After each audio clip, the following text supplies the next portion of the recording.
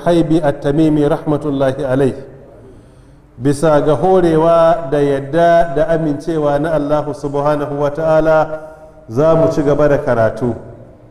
A yau da ikon Allah za mu tashi a shida ne a wannan littafi. Yau muna 29 ga watan Rabi'ul Awwal, hijira shekara ta 1447. Muna roƙon Allah subhanahu wa ta'ala ya ba mu ikon yin karatu daidai, ya ba mu ikon fassarawa daidai, ya ba mu ikon yin aiki da abin da muke karantawa. Muna masa godiya akan ni'ima ta ruwan sama da ya sa sati da ya gabata a cikin ruwa muka yi karatu. Yau ma a cikin ruwa muka bar gida muka zo nan ana ruwa, aka yi sallah ana ruwa kuma ana karatu ana ruwa. Muna roƙon Allah ta'ala ya ba muna mai albarka. Allahumma sayyiban nafi'an. Akwai tishi a ina za mu tashi?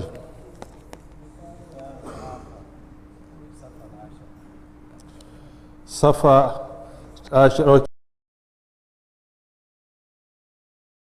cikin karatu da muke na Al-Khilaaf Baynal Ulama, wato saɓani ko kuma ƙara wa juna ilimi da ke aukuwa tsakanin malamai.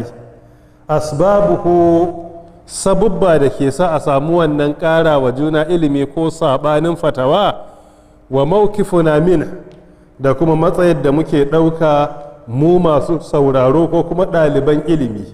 Idan ya zama akwai al-khilaf bainal ulama, musan dalilan da yake kawo shi, sannan wani mataki mu ya dace mu ɗauka. Mafhum? Tayyib. A wannan littafi malam ya kawo sabubba guda 7 da suke sa manya-manyan malamai tun daga zamanin sahabbai, tabi'ai, al-mufaddala, karnunnuka masu falala suke iya sabawa da tsakanin sahabbai. Akwai sabani na ilimi ko ƙara wa juna ilimi da sahabbai suka yi akan matsaloli da dama. Wasu matsalolin ma suna da alaka da aƙida. Yan halitta sallallahu alaihi wasallam, shin ya ganshi ko bai ganshi ba, ya ganshi da ido ne ko kuma ya ganshi da zuciyarsa, musamman wannan matsala tsakanin na Aisha radiyallahu anha da kuma mayurwa an ibn Abbas radiyallahu an, tare da cewa tafiyar jumhur na kan fahimtar na Aisha radiyallahu anha. Akwai tsakanin azabar kabari, cewa idan mumini ya rasu ana masa azaban kabari, wannan ma akwai ƙara wa juna ilimi tsakanin sa. Nan gaba insha Allah idan mun samu munasaba za mu kawo misalai. To an samu irin waɗannan abin da masail ta ta'allaq bil aqaid, wasu masail ta ta'allaq abin da ke da alaka da furu'a ko sallah ko alwala ko azumi, duka waɗannan an samu. Amma abin da ke da muhimmanci shine a matsayinka na musulmi hujja ne ka bi, sannan kuma wajibi mu koyi ladubban dubban ƙara wa juna ilimi. Akwai adab na wannan, wanda shine babbar matsalar mu a Najeriya yanzu. Waɗannan labdubba sun yi matukar karanci. Al'amarin da sahabbai suka ƙara wa juna ilimi a kai, wani yana da gaggawan kamar tarko yake a ce ɗan uwansa ya faɗi wata magana, tare da cewa abin da ɗan uwansa ya faɗa mai iyawa akwai sahabbai da ke da wannan fahimta, amma sai ya gaggawan kafurta shi ko abin da ya kama da wannan, ya sa idan ba a yi taka tsantsan ba sai hukuncin ya haukar harkan wanda suka rigaye shi da ke da wannan fahimta din. Shine babban hatsarin. Biyu, mu koyi ladubban yi. Na uku kuma mu zama mu hujja muke nema. A duk magana da ta tabbata gare ka tafi karfin hujja, sai ka ɗauke ta, ka zama babban hujja. Abin da ke da madogara a ƙur'ani bisa ga fahimtar magabata, abin da yake da madogara a cikin ingantattun hadisai magabata suka yi ijima'i a kansa, waɗannan su ne irin manyan ƙololuwa na hujja da ake buƙatan ka dogara gare su. Mafhum? Sabubba guda 7 da malam ya kawo su ne sabubba da suka samu na shari'a ba na son rai ba. Yau kuma akwai sabubba za mu kawo misalinsu a cikin karatu. Wannan yana maganan waɗanda suke da asali daga shari'a, ba irin na yanzu na son rai ko na jahilci ba. shine cewa as-sababul awwal dalili na farko a wannan wurin ya ce akwai misalai guda biyu. Misali na farko shine muka yi karatu a kansa sati da ya gabata wanda ya faru tsakanin sahabbai radiyallahu anhum da suka yi tafiya zuwa ga Sham, hadisin da ke Bukhari 2729 wanda za su shiga gari aka ce akwai annoba, wasu suka ce a shiga wasu suka ce a fito, sai ya zama Abdurrahman bin Auf radiyallahu anhu baya nan da ya zo sai kawo hujja na hadisi ingantacce da ke Bukhari da na fada hadisi na 2729 cewa fiyayyen halitta ya bayyana cewa idan annoba ta sauka a wuri to wanda ke ciki kada ya fita, wanda kuma yake waje kada ya shiga cikinta.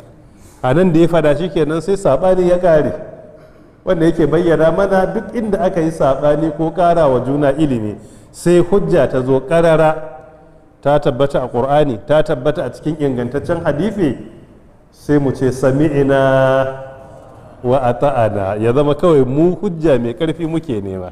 Imani ne kwatanta abu don Allah ne yake sa idan hujja ta bayyana da tafi wanda ke hannunka ƙarfi ka ajiye taka mai rauni ka ɗauki mai ƙarfi, don daman addinin nan muna bauta masa ne, muna bauta wa Allah da shi ne ta yadda Allah yake so ba ta yadda ranmu yake so ba.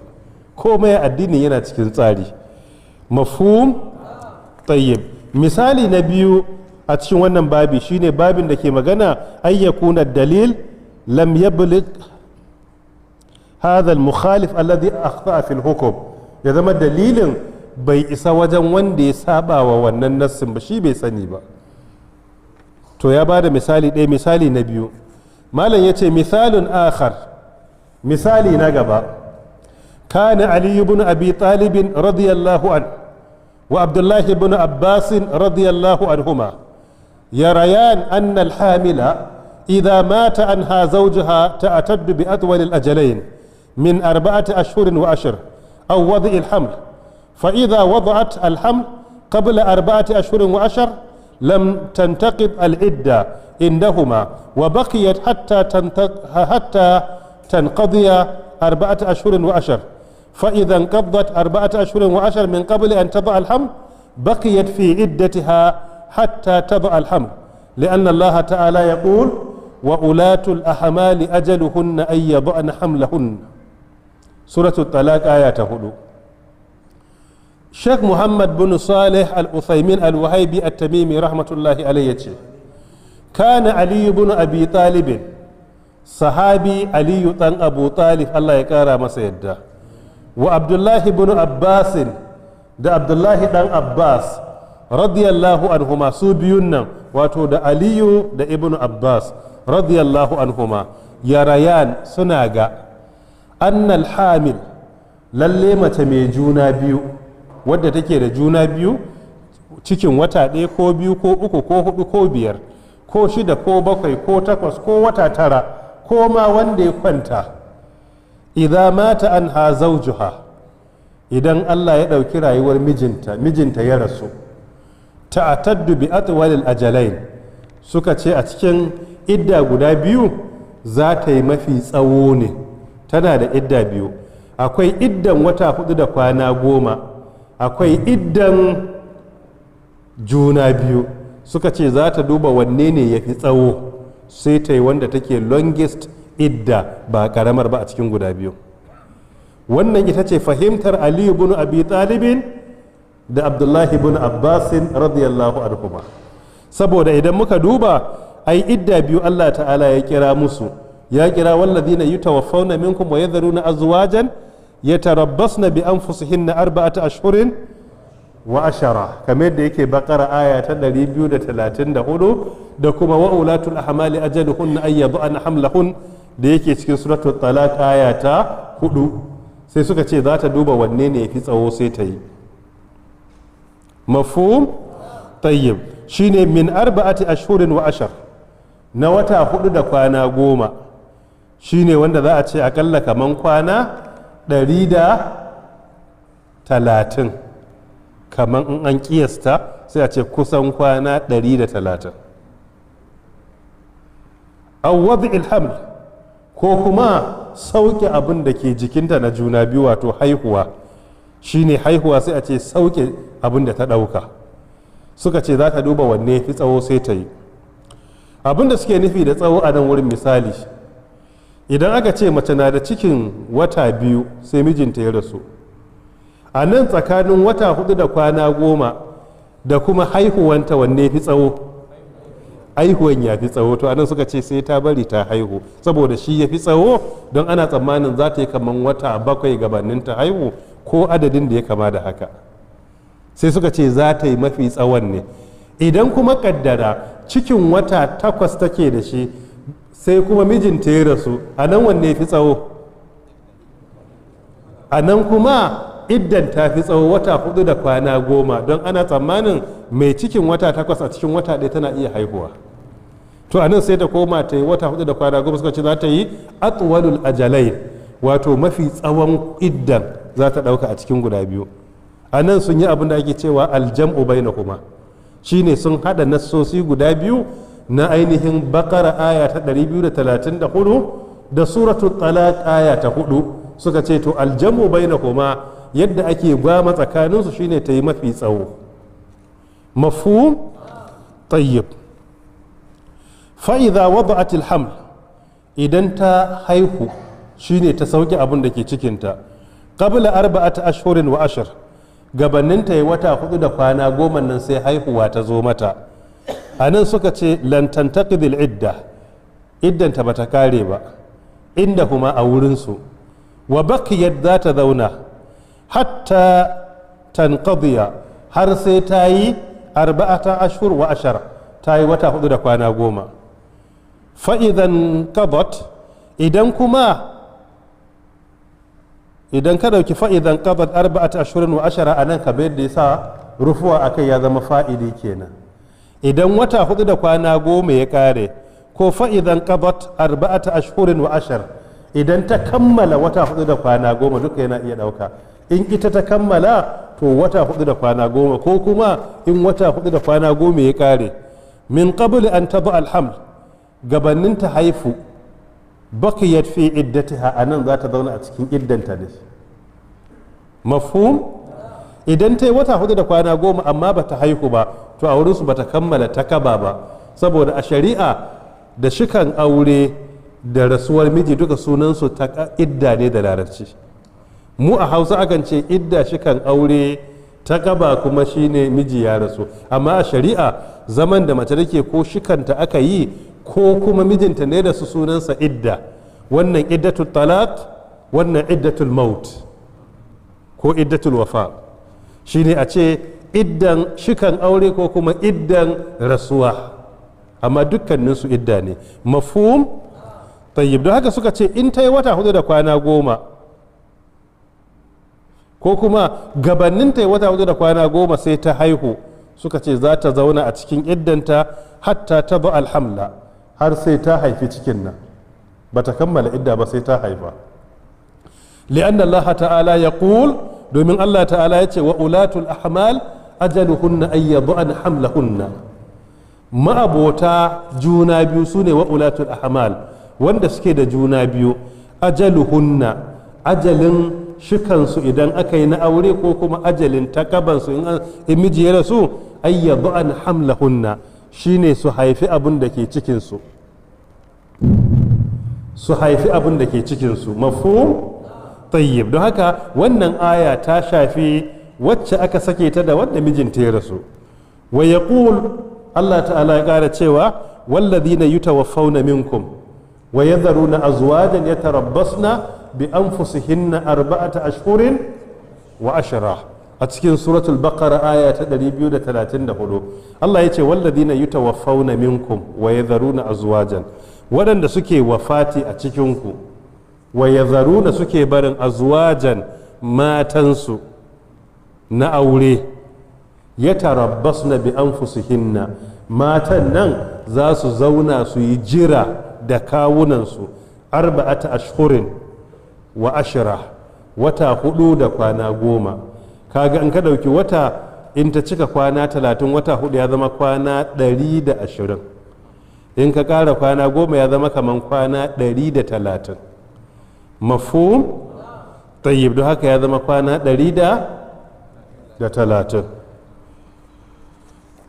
ibnu usaymin rahimahullahu ta'ala ya ce wa bainal ayatain tsakanin waɗannan ayoyi guda biyu umumun wa khususun wajihiyun tsakaninsu kowace aya takan zama mo general akan yar uwarta ta wata fiska shine umumun wa khususun wajihiyun wato kowace aya idan ka kalle ta akwai ɓangaren da ta fi zama gamammiya akan yar uwarta ta wani fiska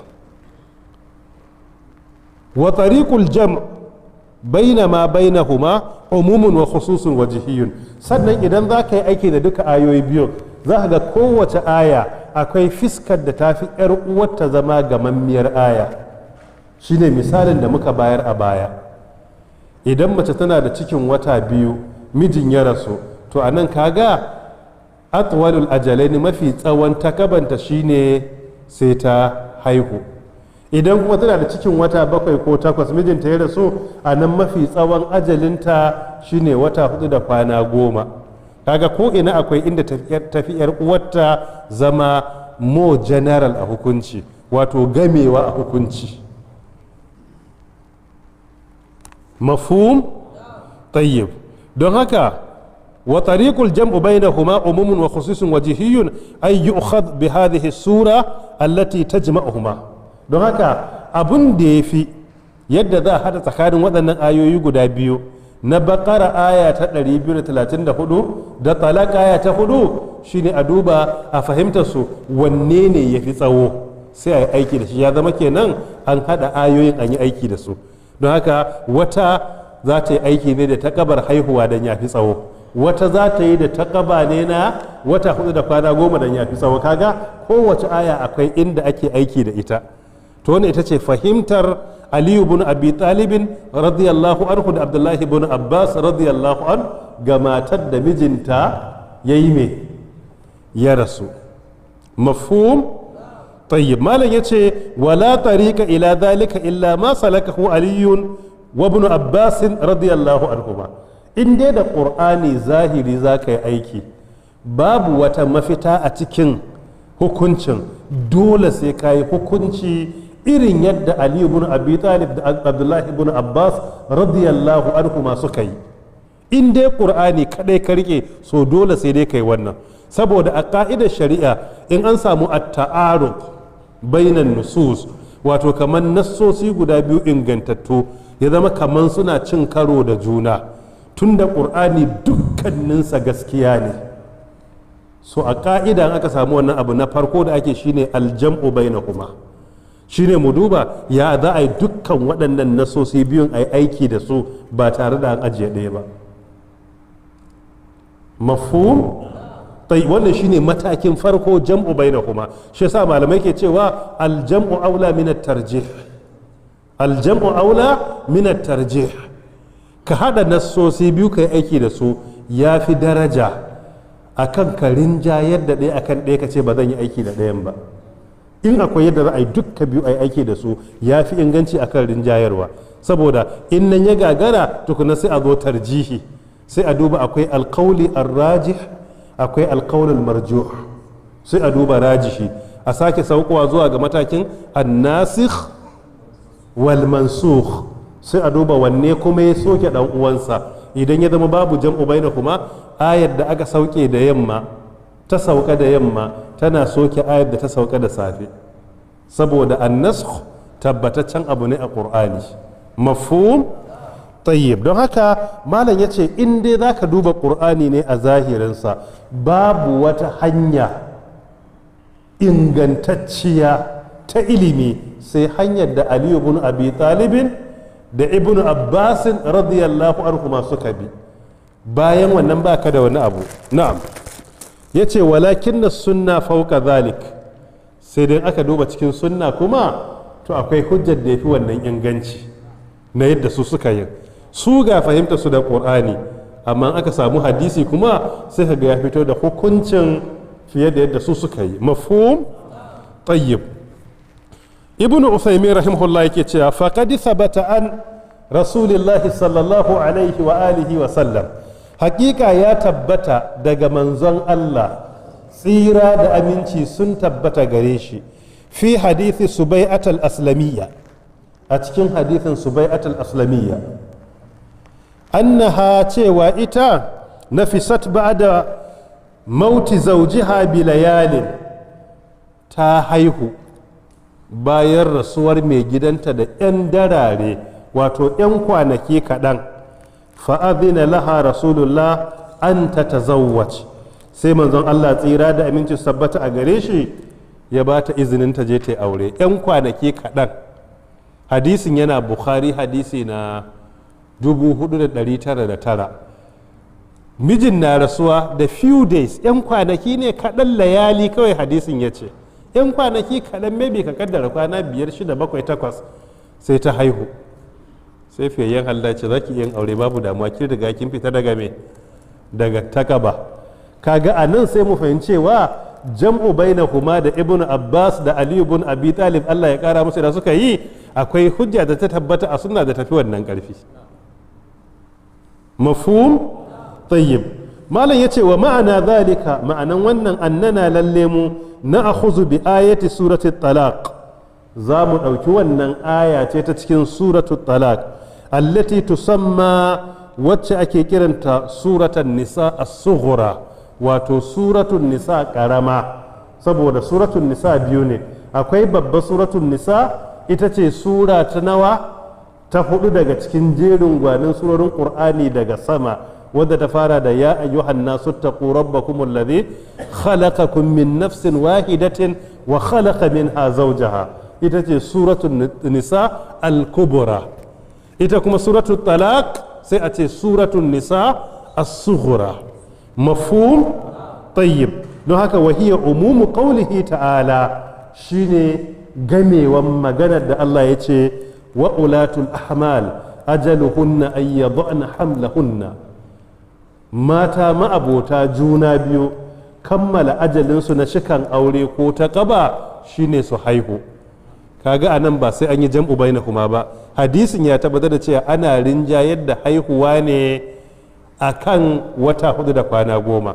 don haka abinda hadisin ke bayyanawa, idan yau mace tana da juna biyu na wata 1 sai mijinta ya rasu, a nan ba za ta yi idda da wata 4 da kwana 10 ba har sai ta haihu. in za ta shekara cikin ba haife shi ba, to ba ta kammala idda ba sai ta haihu. saboda wannan hadisi na ainihin subai'atul aslamiyya abin da yake tabbatarwa kenan.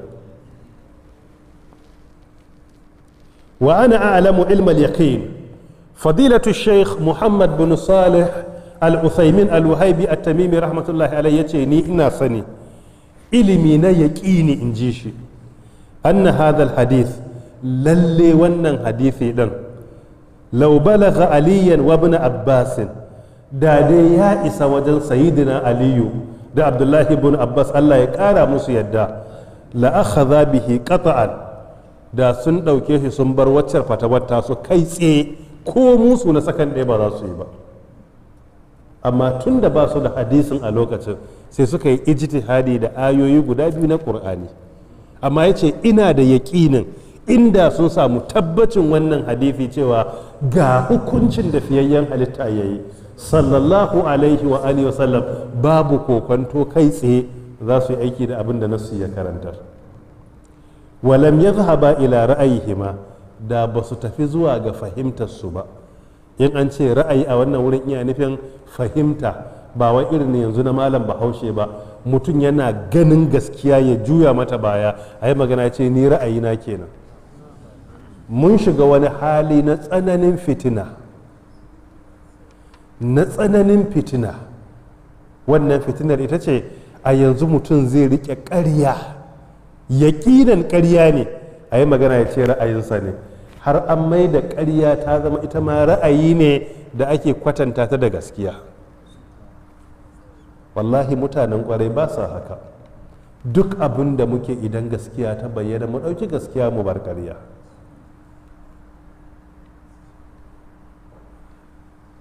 wanda ya rike gaskiya baya nadama, wanda ya rike ƙarya yana nadama.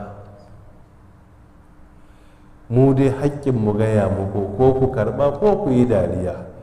dariyar ku takan zam kuka gaba da nadamar mai ƙin gaskiya ba ta neman ado ko na zaƙin muryar zabiya, ƙarya ne mai launi bakwai, ga fari da baki ga rawaya ga kore ga kuma algashi, toka-toka da jasun garwaya.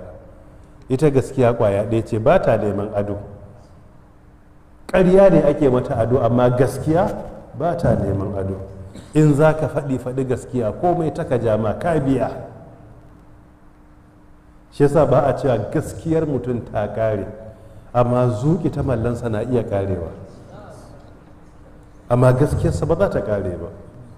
So a same ka kawai da gaskiya kake nema. In ka rike gaskiya ka tsira a kowane hali. Mu rike gaskiya. Mafhum? Tayyib. Allah ta'ala shi samu wanye lafiya.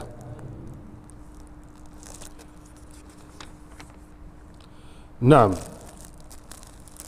As-sababu thani, dalili na biyu da ke sa a samu al-khilaf bainal ulama, wato sabani tsakanin malamai. Mun gama da dalili na farko. Dalilin farko shine malami ya kafa ya yi ijtihadi akan nassin da bai iso gare shi ba. Kaga anan malaman ma sahabbai ne.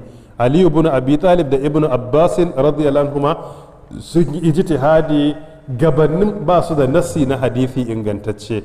Wannan yasa ijtihadin aka samu kuskure a cikinsa, cewa bai dace da abin da hadisi ingantacce ya faɗa ba. Amma duk da haka insha Allah ta'ala suna da lada guda. Duk ijtihadin da mutum ya yi, inda ya kai matsayin mujtahidin, inda gizo ke saka mu a irin kasashenmu, da wanda ya kai ya ijtihadi da wanda bai kai ba, kowa mujtahidi ne. Ɗalibin da gaba ɗaya shekarunsa tun daga haihuwa ba su wuce a ce yana makaranta iya koyon karatu ba, yanzu ya gamsar da kansa wai shi ma mujtahidi ne. Har da kansa ya ce to in mun faɗa mun dace lada biyu, in mun yi kuskure lada ɗaya. A babin me? Wata ai ganganci ne ai. Taron shine asalin taron araji da ka. A irin wannan ita ce fatawar da fiyin halitta ya yi la'anta ga wanda suka kashe wani mutum, kamar da muka yi bayani a baya. Ba daidai bane in baka da ilimi. Matsalan ilimi ana binta da kaffa da shi, ana binta a hankali sai ilimin ya ƙoshe ka. Amma in bai ƙoshe ka ba, kar ka mai da kanka mujtahidi. Shi yasa in kana neman kubuta, kullum ka rika karanta fatawoyin malaman duniya, abinda suka bayar na fatawa. In ka karanta ka sai ka ga kayi bayani, a nan ka cire kanka a damuwa. Saboda duk time da kake fatawa, in fahimtar ka kake yi, shine maganar da Ibn al-Qayyim yake rahimahullah alamul muwaqqi'in an rabbil alamin, shine ilmantar da masu yin signature a matsayin Allah. Duk lokacin da za ka yi fatawa, kamar abu ne da za a sa hannu, sai ka ce bari na wakilci Allah na sa hannu, sai kana signing on behalf of Allah subhanahu wata'ala. Shine ilmantar da masu yin signing on behalf of Allah. Da Allah jama'ar maganar karama ce? Za ka gane girman maganar cewa fa Allah za ka sa hannu ne ka wakilci Allah abin da kake yi. Shi yasa sau da dama ya fi sauki duk wata matsala da ka yi fatawa gara ka tuna mai malamai suka fada. Kawai ka nemo manyan malaman duniya sun ce ka za ka huta. Ga fatawoyin lajnatu da'ima lil buhuthil ilmiya, ga fatawa na Sheikhul Islam rahimahullah, ga fatawoyi na Sheikh Ibn Uthaymin, ga na Sheikh bin Bas rahimahullah ta'ala, ga fatawoyi na Sheikh Salih Fawzan ga fatawoyi na Sheikh Abdulrahman Jibrail, ga fatawoyi na Darul Ifta al-Misriya, ga fatawoyi na Darul Ifta al-Kuwaitiyya, ga fatawoyi na Majma'ul Fiqh al-Islami, ga na Rabi'atul Alam al-Islami, ga fatawoyi na Majlis Kibar al-Ulama. Ga sunan duka an buga su mujalladai, in ka tara sun fi mujalladai 500. Kawai ɗalibi ka neme su ka karanta ka fahimce su, duk abin da ka tambaya to ga abin da malamai suka ce ka huta. To kaga ka cire kanka a cikin hatsari na yin signing. Kawai yanzu ka ɗauko maganan malamai ne ka faɗa ka huta. Amma in baka daɗe kana bincike ba kuma sai ya zama duk tambayar da aka sai ka ɗauko ijtihadin ga sai ka ce to ni ga abin da na fahimta. Kuma inda kai wa kanka adalci, har ga Allah baka kai fahimta a wannan matsalan ba addini.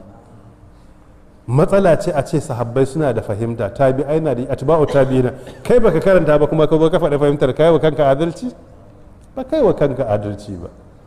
Shi yasa da dama da matasa Allah ya musu albarka suke fatawa a karantarwa, wannan lokacin a ɓatar da shi wajen karanta fatawoyin malamai.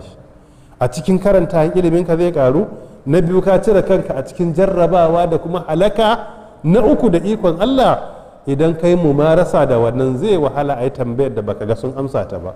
Babu wata matsala da take zama ta fito a duniya malamai ba su yi magana a kanta ba, babu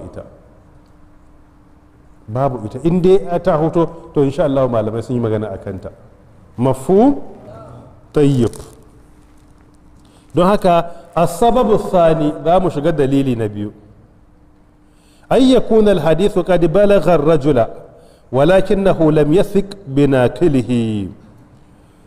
Dalili na biyu zama hadisin ya riga ya iso wajen ar-rajula wato shi malamin, sai dai walakinahu shi lam yathik bi naqilihi, bai aminta da wanda ya ruwaito hadisin ba, saboda ba dukkan wanda ya ruwaito hadisi ne ake karban hadisinsa ba. Akwai sharuɗa da sai mutum ya cika ake karban hadisinsa. Kamar hadisi sahihi yana da sharuɗa guda nawa? Guda biyar. mai da me? ittisalus sanad, ad-dabt,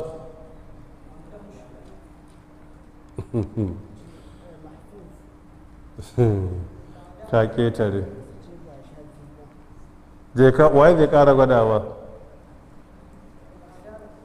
al'adala, mara wahu adil, tammal dafto, ittisalu sanad, ghairu mu'allin wala shaz. kawai su ne guda biyar.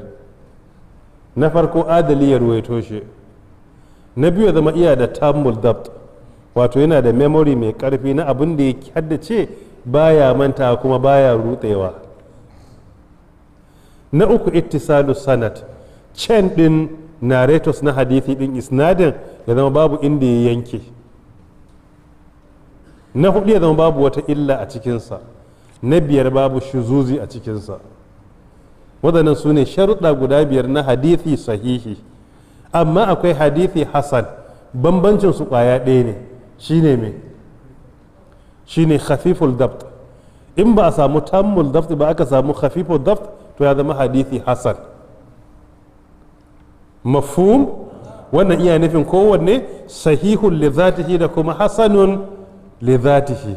Akan samu sahihun li ghairihi, akan samu kuma hasanun li ghairihi. Wanne ne sahihun li ghairihi?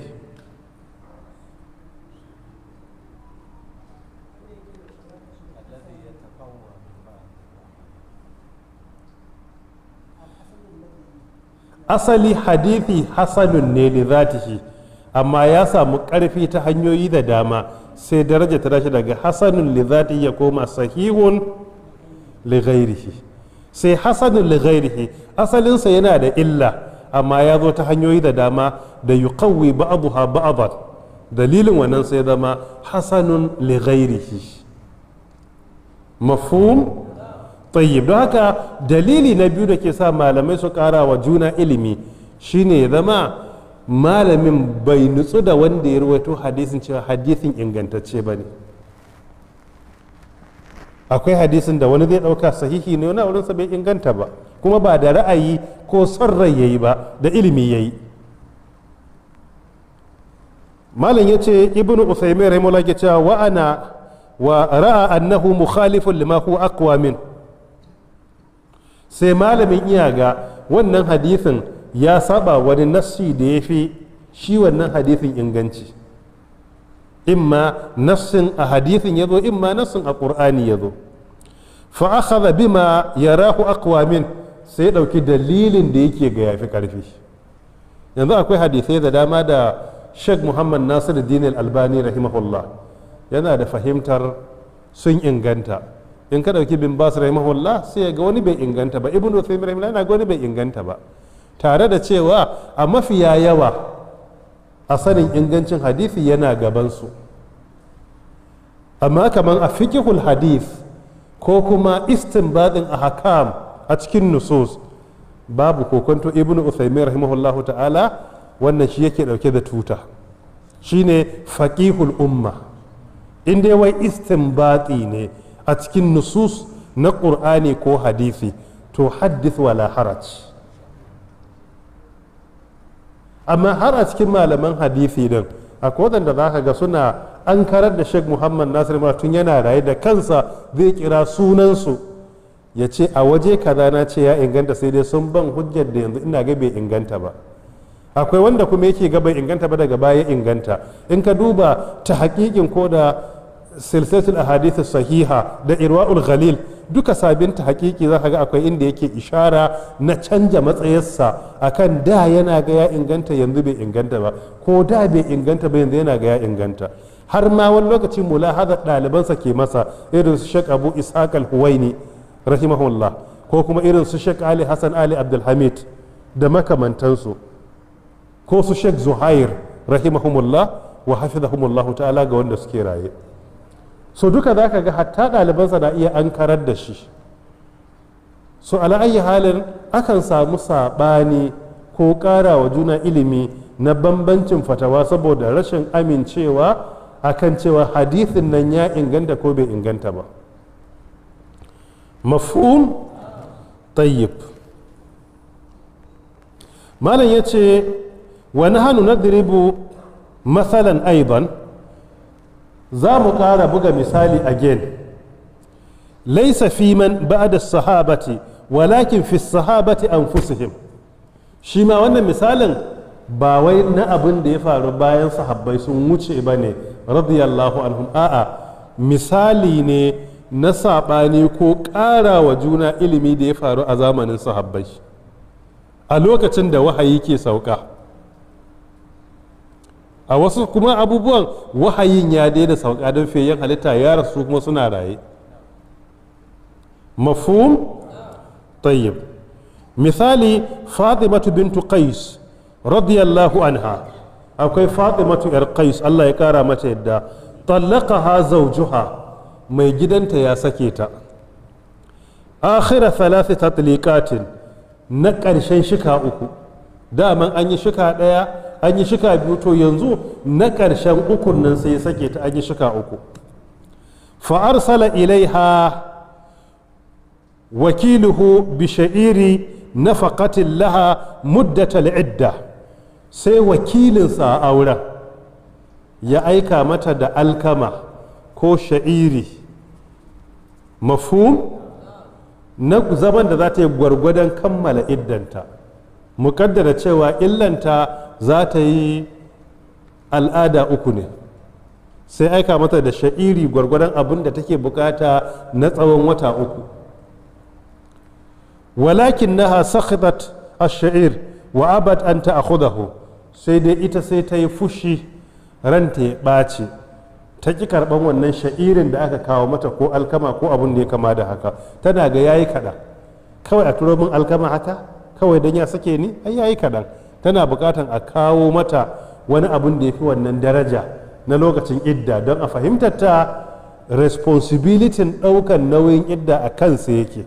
So ya dace ya yi abu ne na karamci, ba kuma abin da yake akwai kasawa ba. Kawai yanzu mutum ne mace koma gida za ta yi idda, larura ya faru za ta yi idda a gida misali, kawai sai ya ɗauki kwanan masara 4 ko 5 ya tura mata, ba ko kwabo a kai, za ta ci masaran ne? Ai ba zai yiwu ba. Mafhum? Tayyib. Fartafa'a ila nabi sallallahu alaihi wasallam fa akhbaraha an-nabiyyu. Fartafa'a, su biyu tsakanin miji da mata sai suka ɗaga matsalar zuwa ga annabi tsira da aminci sabbata a gare shi, suka je bari su kai complain gare shi. Shi ne wanzu Allah, na kai mata sha'iri ta ƙi karɓa, ta rena, ta yi fushi. Ita kuma ni kuma wanzu Allah ai bai mun adalci ba, ta za kawai sha'iri zan yi ta ci har wata uku ko abin da ya kama da wannan. Fiyayyen halitta fa akhbaraha annabiyyu annahu la nafaqata laha wala sukuna. Sai manzon Allah tsira da aminci su tabbata a gare shi ya ce, aike babu ciyarwa a kanki, kuma you are not entitled ko daga accommodation ne. Sai ya gaya mata wannan magana. Hadisin iya Muslim ko? Hadisi na 1480 ko haka ne, 1480. Sai ya ce mata babu ciyarwa a kanki, babu wajen zama. Me dalili? Wa zalika li annahu abanaha, saboda wannan shika ne na almubana, wato shika na uku, shikan da babu komai a cikinsa.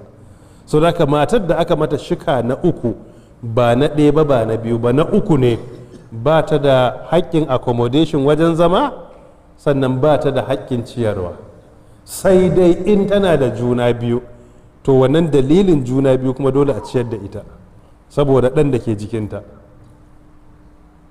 ashe shi abin da ya ba wajibi bane, kawai ihsani ne, ita ko fahimta ta yi haƙƙinta ne sai an mata. mafhum tayyib. wal mubana laysa laha nafaqa wala sukuna ala zawjiha illa an takuna hamilan. ita wacce aka mata shika uku, babu ciyarwa babu kuma matsuguni a kan mijinta, sai dai in tana da juna biyu. liqaulihi ta'ala, saboda maganar da Allah ta'ala ya ce wa in kunna ulati hamlin fa anfiqu alaihinna hatta yad'ana hamlahunna, a cikin suratul talaq aya ta 6. Allah ya ce wa in kunna ulati hamlin, idan kun kasance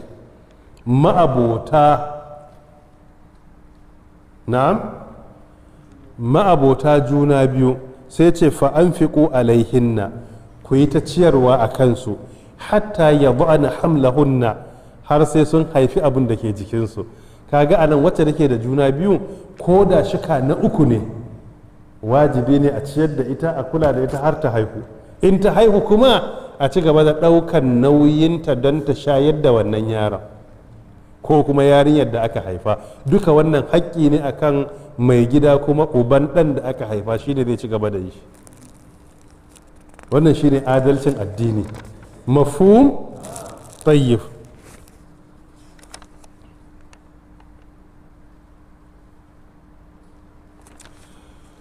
umar radiyallahu anhu nahika anhu fadlan wa ilman. sayyidina umar Allah ya kara masa yadda, kai ka san ba kan wallasa bane a falala da ilimi, kai ka san ba kan wallasa bane radiyallahu anhu. ko kana da kokonto akai? khafiyat alaihi hadhihi sunna, wannan sunna ta buye gare shi bai santa ba.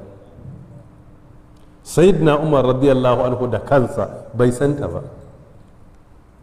fara'a anna laha nafaqa wa sukuna, shi yana da fahimtar ko da shika na uku ne za a ba wa mace ciyarwa da kuma wajen zama. warar da haditha fatima, har ma ya taɓa ƙalubalantar hadisin fatima binta qais bi ihtimali annaha qad nasiyat, iya da fahimtar ta samu mantuwa ko ta samu wahami ne, bata kawo magana daidai ba saboda bai san hadisin ba radiyallahu an. wanda yake ƙara bayyana mana duk ilimin mutum akwai abin da Allah yake iya ɓoyewa gare shi. duk iliminsa, duba dai kissa ta annabi Musa da Khidir, ai ta ishe mu hujja. kissar dan ta ishe mu hujja, annabi ne daga cikin annabawan Allah. in ka ɗauki littafin al'ilm na ibnu Uthaymin rahimahullahu ta'ala akan masail na duniya, fiyen halitta yakan cewa sahabbansa antum a'lamu bi umuri duniyakum, sai ya ce wannan matsalar ta duniya ne, kun fi ni sanin duniyar ku, a cikin ku akwai 'yan duniya to sun fi sanin ta. mafhum tayyib. faqala, sai sayyidina umar Allah ya kara masa yadda ya ce anatruku qawla rabbina li qawli imra'atin la nadri azakarat am nasiyat, shin za mu bar maganar mahalicinmu ne akan maganar wata mace a cikinmu wanda ba mu da tabbacin ta tuna ko ta manta? in ji shi radiyallahu an. wa hadha ma'ana, wannan ma'anansa anna amiral mu'minin, lalle shugaban mu'minai umar Allah ya kara masa yadda, lam yatma'in ila hadha dalil, shi bai samu nutsuwa akan wannan dalilin ba. shi yasa muka ce a wannan babin kaga yana ga wannan hadisi din ya isa ga mutum, amma shi mutumin bai nutsu da ingancin hadisin ba. so shi sai na umar nan ba bai san nassin ba ne, sai dai bayi da tabbacin cewa an faɗi magana a daidai wannan lokacin. wa hadha kama yaqa li umar wa man dunahu min as-sahaba wa man dunahu min at-tabi'in yaqa aidan. wannan abun kamar yadda ya faru ga sayyidina umar, ya samu kokonto akan ingancin hadisi, yana iya faruwa da kowane sahabi, yana iya faruwa ga waɗanda suke tabi'ai su samu irin wannan, yaka aidan liman ba'dahum min atba'it tabi'in, haka kuma yana iya faruwa ga wanda suke yan bayansu wanda suka biyo bayan tabi'ai. wa hakaza ila yaumina hadha bal ila yaumil qiyama. malam yace ana iya samun wannan ga malami har a yau, yace ba ma haka ba kayi tazarci har gobe kiyama ana iya samun wannan babin. wani ba wai bai da hadisin bane, bai nutsu da ingancinsa bane. ai ko a yanzu ana samun wannan fatawoyin, wani ya ce ni ina ga gaskiya hadisin nan bai inganta ba, ko wani ya dauki kaulin malamin da yake ga ya inganta, wani kuma ya dauki kaulin malamin da yake ga bai inganta ba. in an yi shi akan ilimi da ikhlasi wannan ba matsala ba ne. hatsarin shine a yi shi akan son rai, kawai mutum yana ga nassi ingantacce ya juya mar baya dauki son ransa a ce ai akwai wanda sun ce bai inganta ba. ai ba kowace magana kuma ake waiwayawa a kalla ba, ana kallon magana ce ta ilimi wanda za su ɗauki isnadin hadithi su yi ta haƙiƙinsa da ilimi su bayyana dalilin rashin ingancinsa, ba wai da san rai kawai mutum ya ga abu ya saba wa ransa. wannan hadisin fa la'ifi ne, yadda ake yi wai la'ifi ne, la'ifi ne hadisin ko. Allah shi samu wanye lafiya. don haka wanda yana iya faruwa har gobe kiyama. ay yakuna al-insanu ghayra wathiqin min sihhati dalil, mutum ya waye gari bai samu nutsuwar zuciya akan wannan hadisi ya inganta ba. idan ba da son rai yayi ba, yana ga gaskiya wannan hadisin bai inganta ba saboda akwai hujja da tafi karfinsa. a gaskiya ta addini ba a zaginsa, ba a aibata shi, sai dai a ci gaba da ba da ruwan hujja don ya gamsu, tunda ya ce bai fahimci haka ba kuma bai gamsu da ingancinsa ba.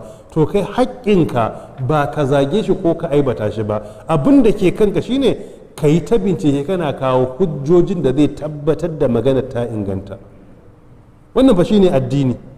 amma matsala shine ya tahawwalul mawdu' ila shakhs, sai a fara magana akan topic, sai a bar topic sai koma kan shakhsiyya, a zagi wane, a ci mutuncin wane, a aibata wane, har ya zama ana hukunci akan zukatan mutane.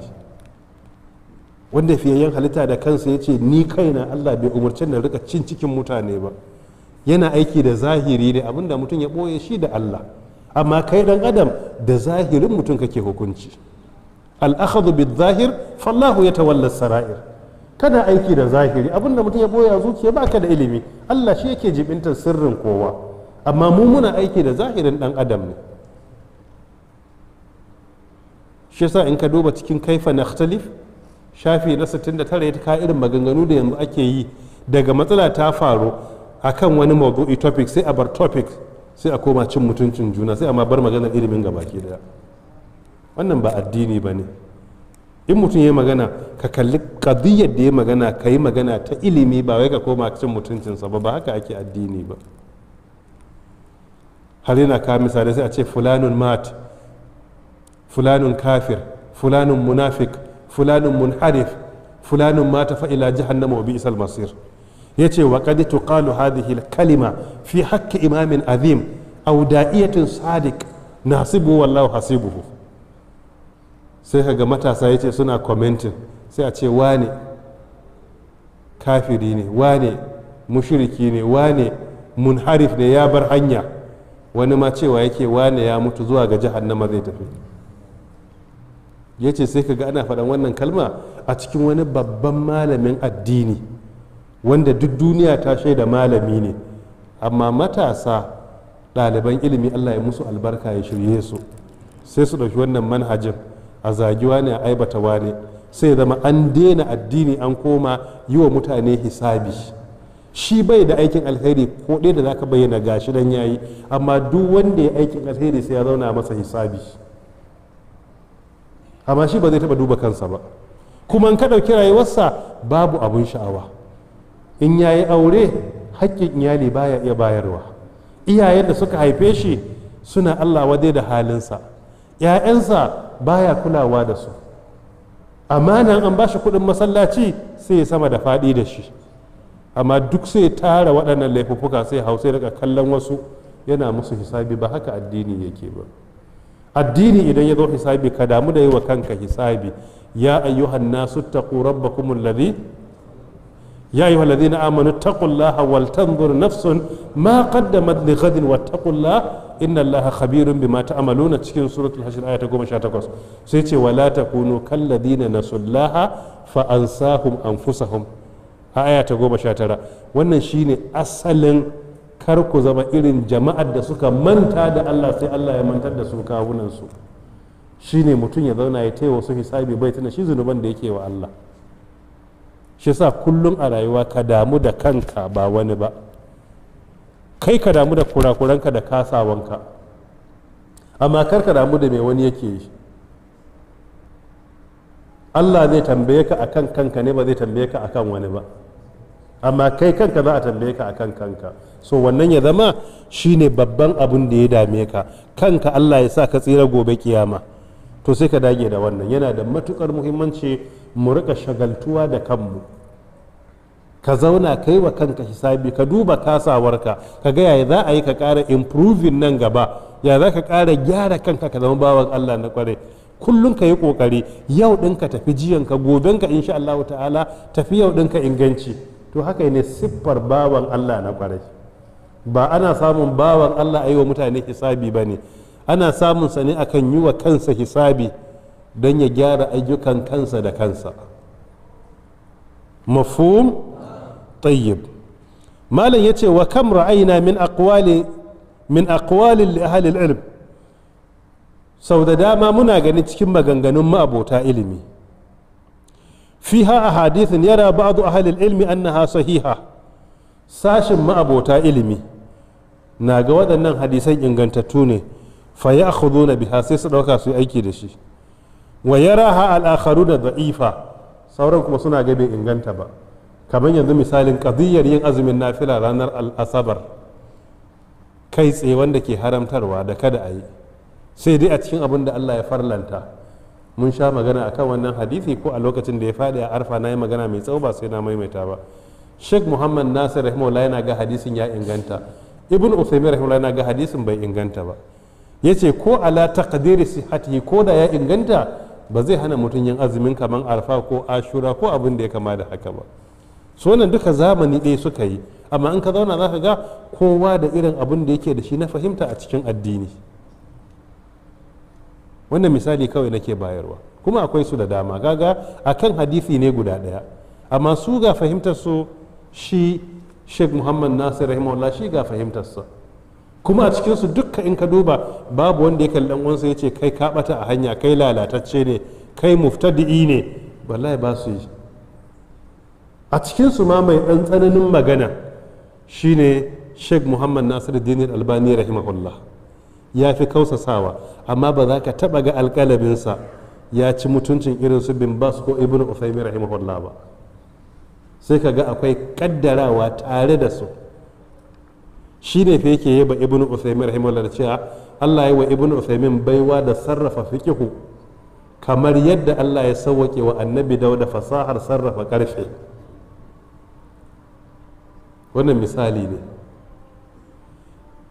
Sheikh bin Bas rahimahullah yana cewa ma tahta adimi sama'a alami bil hadith min akhina Albani rahimahullah yace karkashin inuwar saman nan a zaton da muke babu wanda Allah ya baiwa da sanin ingancin hadisi kamar dan uwan mu Sheikh Muhammad Nasir rahimahullah wannan duka misalai ne nasu gashi nan kuma masail da yawa suna sabawa za ka duba irin su Sheikh Sayyid Tantawi rahimahullah yana Sheikhul Azhar za su saba da irin su Sheikh bin Bas rahimahullah za ka gan sun je taro a Saudiya ko karkashin lajina ko wani abu da ya kama da haka ko rabita kaga suna raha da juna suna gaisawa da juna suna kaddara juna kaddarawa na hakika suna kaddara juna so ita matsala ta ilimi ba da gauga'iyya ake magance ta ba da ƙarfin hujja ake yi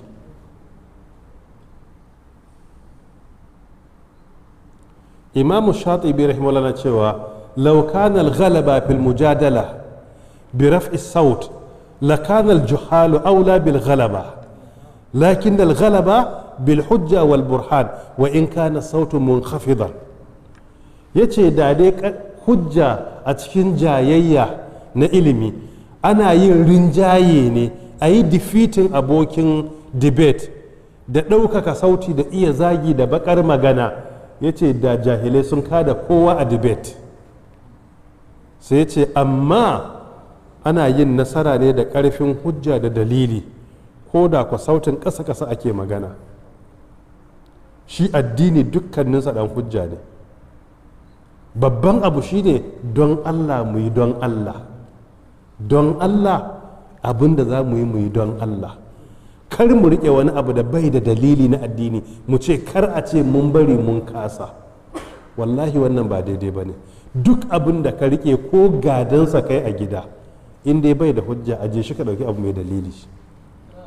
Wannan rayuwar duniya fa mu je mu tsaya gaba ga Allah gobe kiyama, ayyukanmu a zubar da su ya fi komai hatsari.